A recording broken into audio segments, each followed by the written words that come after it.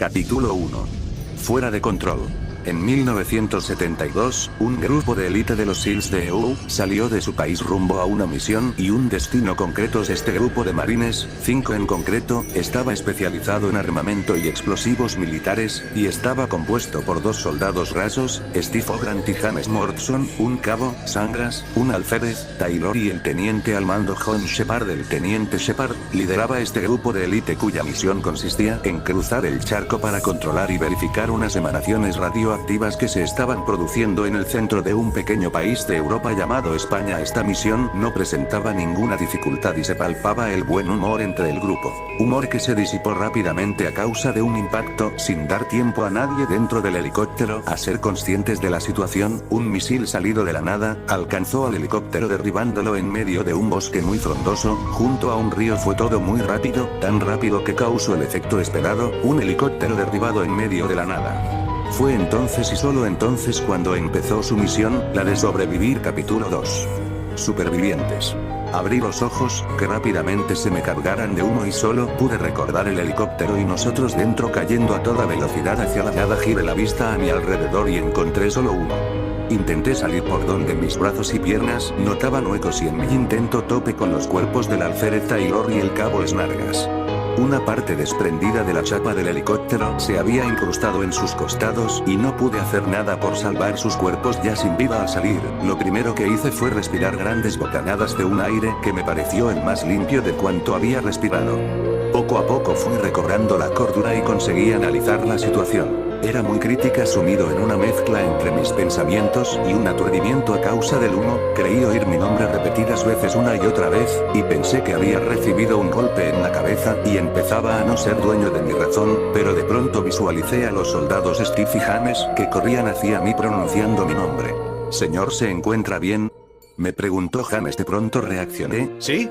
Rápido saquemos la radio, las armas y los víveres del helicóptero antes de que explote del todo y lo haga todo a pedazos y ya sea demasiado tarde. Sacamos todo lo que pudimos y fuimos testigos de la explosión del helicóptero y por lo tanto de nuestros compañeros y amigos. Capítulo 3. Nada. Intentando averiguar quién nos había derribado y dónde estábamos, intentamos en vano contactar con alguien con la radio que habíamos conseguido recuperar antes de la explosión. Nos fue imposible contactar, pues descubrimos que la radio estaba inservible a causa del impacto. Estábamos solos en medio de la nada. Decidimos que no podíamos quedarnos allí, sin hacer nada y esperando a nadie, y salimos en dirección norte, hacia unas montañas lejanas que se observaban en el horizonte. Por suerte, habíamos podido recuperar algo de víveres, unos mapas, las mochilas y sobre todo las armas. Recuperamos un auténtico arsenal de granadas de mano, incendiarias y cegadoras. Mi rifle semiautomático estaba intacto y servible, y James y Steve recuperaron 2 TMP, una Desert Eagle, una Blacktail, y 2 escopetas Striker. No sabíamos por qué nos habían derribado, ni cuál era el motivo que les había llevado a hacerlo. Debíamos estar preparados para fuera lo que nos teníamos que encontrar. Después de caminar durante casi 2 horas por un bosque que parecía repetirse a cada paso, salimos a un claro en donde solo se oían graznar a los cuervos y se veían al fondo de todo unas casas de madera bastante rústicas alrededor de tierra cultivada y animales pastando en ella. Steve dijo que tal vez vivieran allí personas que nos podrían ayudar, que deberíamos ir a echar un vistazo. Me mostré bastante cauto al respecto y decidí que lo mejor que podíamos hacer era observar y esperar. Lo que vimos no puede describirse con palabras y aún lo recuerdo como si lo viera delante de mis ojos. Capítulo 4.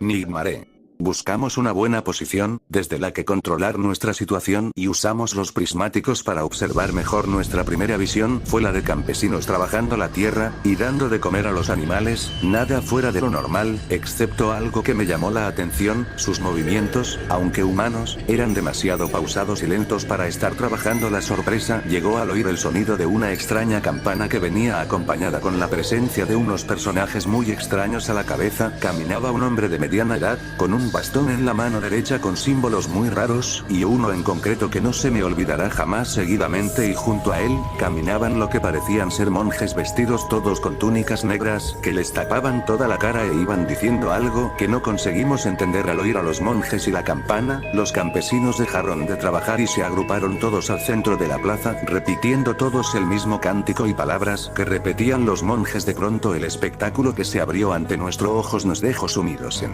los monjes se apartaron las capuchas de sus túnicas y repitiendo sin cesar las palabras que cada vez iban haciendo eco en nuestras cabezas, empezaron a mutar.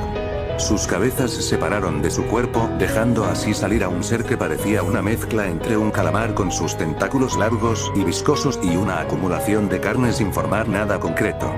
De pronto uno de esos seres se acercó a un campesino y de un mordisco le arrancó la cabeza, absorbiendo así su sangre, o eso creímos nosotros. La escena era espantosa, estábamos paralizados, asombrados y asqueados y teníamos paralizados todos los músculos del cuerpo, solo hacía acto de presencia unas palabras en nuestra cabeza, las que no cesaban en boca de esa gente: morir es vivir. Varios campesinos fueron mordidos por los monjes, y arrancadas sus cabezas de su cuerpo. Lo que más nos sorprendió, es que a nadie parecía importarle, era algo de lo más normal, y todos parecían como absorbidos o hipnotizados, paralizados como estábamos nosotros ante estas escenas. James, sin darse cuenta, apretó el gatillo de su Desert Taggle, y descargó una bala que cortó el aire con un sonido, que me pareció el de un caza despegando a medio metro de mis oídos. El ritual cesó y las miradas atónitas de los monjes, los campesinos y el que parecía ser el líder del grupo se posaron sobre nosotros. Solo conseguí ver que alguien nos señalaba diciendo: ahí están, cogedlos. Desde ese momento empezó nuestra pesadilla por sobrevivir, y nuestra lucha continua en lo que sería nuestra mayor misión. Capítulo 5. Fuego. Era demasiado tarde cuando despertamos de nuestro aturdimiento, y para el momento ya teníamos encima una docena de campesinos y un par de hambrientos seres repugnantes.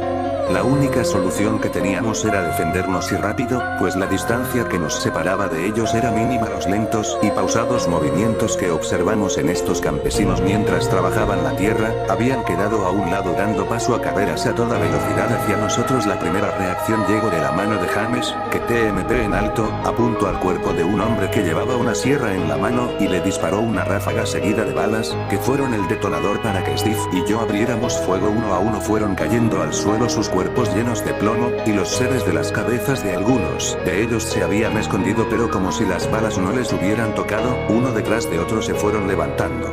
Los seres de sus cabezas reaparecieron y llegaron más campesinos. Para mal nuestra sorpresa fue tan grande al ver cómo se levantaban después de nuestros tiros que tardamos en reaccionar. Volvimos a dispararles, pero esta vez lo hicimos a conciencia. Yo me situé por detrás de Steve y James con mi rifle, y fui uno a uno disparándoles en la cabeza, descubriendo así su punto más débil. Steve sacó la artillería pesada y empezó a descargar plomo con su escopeta, mientras James seguía con su TMP. La refriega duró un tiempo indefinido en el que solo veíamos seres extraños que intentaban matarnos. De pronto vi como uno de esos seres arrancó la cabeza de uno de mis soldados, James, y a pesar de mi rabia no pude hacer nada más que seguir luchando por mi vida. Vimos unos puntos amarillos a lo lejos, y empezamos a comprender que eran más campesinos. Steve y yo nos miramos y no hizo falta pronunciar palabra, había que huir de allí lo antes posible y como fuera. Descargando la última munición que teníamos de la Blacktail, fuimos apartando a los seres lo suficiente como para abrirnos paso hacia unas cuevas que habíamos visto al principio de situarnos. Corrimos hacia ellas seguidos de cerca por todos los campesinos y de algunos seres más de lejos. Al entrar en la cueva, lo primero que se me pasó por la cabeza es que no tuviera salida y estuviéramos atrapados, pero tras un buen rato corriendo empezamos a sentir agua deslizándose debajo de nuestros pies, y casi sin darnos cuenta nos vimos arrastrados cueva abajo por la corriente que iba creciendo. No sé el tiempo que estuvimos a merced de la corriente ni sé exactamente lo que pasó, perdí el conocimiento en el mismo instante en que vi debajo del agua una roca acercarse a mí. Después de ello, todo se nubló. Capítulo 6. Oscuridad. Desperté con un fuerte dolor en la cabeza y todo el cuerpo empapado de arriba a abajo. Junto a mí se encontraba Steve, aún inconsciente. Intenté reanimarlo y poco a poco se fue incorporando, recuperándonos, y en silencio fuimos intentando averiguar dónde nos encontrábamos, y no vimos nada pues la gruta estaba totalmente oscura y en silencio. Por suerte nuestras mochilas eran impermeables y saqué una pequeña bengala de luz azul que iluminó nuestros ojos mojados, ofreciéndonos una visión espectacular. Estábamos en lo que parecía ser un laberinto de cuevas subterráneas en medio de algún lugar totalmente desconocido. Absorbido como estaba, no oí la voz de mi compañero Steve. Teniente, no deberíamos permanecer mucho tiempo aquí parados sin movernos, esta gente podría alcanzarnos en cualquier momento, no sabemos dónde estamos y podrían aparecer de un momento a otro. Teniente, ¿me está escuchando, teniente? Sí, lo siento. Steve estaba aún conmocionado por esta situación, está sucediendo todo tan rápido que a uno le cuesta asimilarlo todo. Tienes razón, debemos intentar salir de estas grutas mientras la luz de nuestras bengalas nos ayude, y debemos estar siempre preparados para lo peor. Ya has visto igual que yo, qué clase de seres habitan estas tierras, no debemos bajar la guardia en ningún instante. En silencio, comenzamos a caminar sin saber hacia dónde nos dirigíamos, pues ninguno de los dos sabíamos dónde estábamos. Constantemente las sombras de nuestras bengalas, proyectadas en las paredes de la gruta, parecían sonreírnos macabramente, engañando a nuestra mente.